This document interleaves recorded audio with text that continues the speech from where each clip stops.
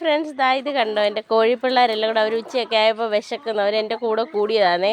അവരന്വേഷിച്ച് പിറക്കിയൊക്കെ കഴിച്ചിട്ട് അവർക്ക് മതിയാവുന്നില്ല. പിന്നെ അവരെൻ്റെ കൂടെ കൂടിയപ്പോൾ ഞാൻ കുറച്ച് വാഴയില ഇങ്ങനെ കണ്ടിച്ചിട്ട് കൊടുത്തത്. അവരെല്ലാം കൂടെ നിന്ന് കൊത്തിപ്പറക്കി തിന്നുന്ന കണ്ടോ. നിങ്ങളൊക്കെ ഇങ്ങനെ ചെയ്യാറുണ്ടോ? ഇവർക്ക് പോച്ചയൊക്കെ ഇങ്ങനെ വാഴയിലയും പോച്ചയൊക്കെ ഇട്ട് കൊടുക്കുമോ? ഇതൊക്കെ ഇങ്ങനെ ഇട്ട് കൊടുക്കുന്നത് നല്ലതാണ് കേട്ടോ, ഇവരുടെ ദഹനത്തിനും.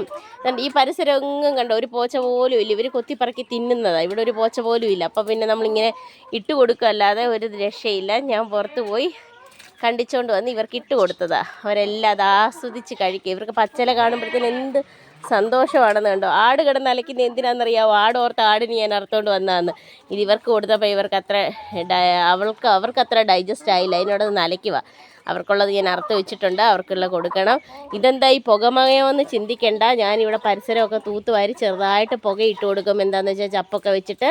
കാരണം ഇടയ്ക്കൊക്കെ ഇങ്ങനെ ഒരു പുകയും ഈ ആടും കോഴിയും ഒക്കെ ഉള്ളതല്ലേ. അപ്പോൾ ഇടയ്ക്കൊക്കെ ഇങ്ങനെ ഒരു ചെറിയ പുകയൊക്കെ പരിസരത്ത് ഇട്ട് കൊടുത്തില്ലെങ്കിൽ കൊതുകും ഈച്ചയൊക്കെ പരക്കും കേട്ടോ. അതൊന്നും പരക്കാതിരിക്കാനാണ് ഇങ്ങനെ ചെയ്യുന്നത്. അപ്പം അവിടെ ഒരു ചെറുതായിട്ടൊരു പുകയിട്ട് കൊടുത്തേക്കാണ്.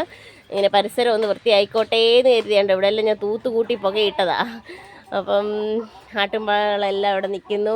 എൻ്റെ കോഴിക്കൂട് മൊത്തവും തകർന്നു പോയി ഗൈസ്. ഞാൻ എളുപ്പത്തിൽ നിങ്ങളോട് പറയാൻ വേണ്ടിയിട്ടാണ് ഒരു ഷോർട്സ് വീഡിയോ ഇട്ടത്.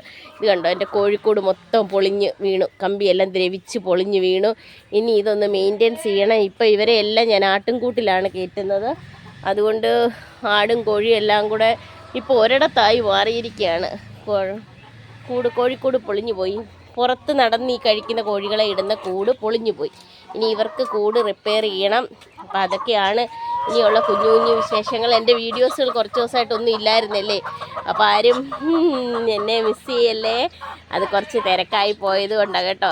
ഇവരുടെ വിശേഷങ്ങളൊക്കെയാണ്. എൻ്റെ കോഴിമക്കളുടെ വിശേഷങ്ങളൊക്കെയായി ഞാൻ വീണ്ടും വരും. വീഡിയോ ഇഷ്ടമായ എല്ലാവരും ഒന്ന് സബ് ചെയ്ത് സഹായിച്ചേക്കണേ.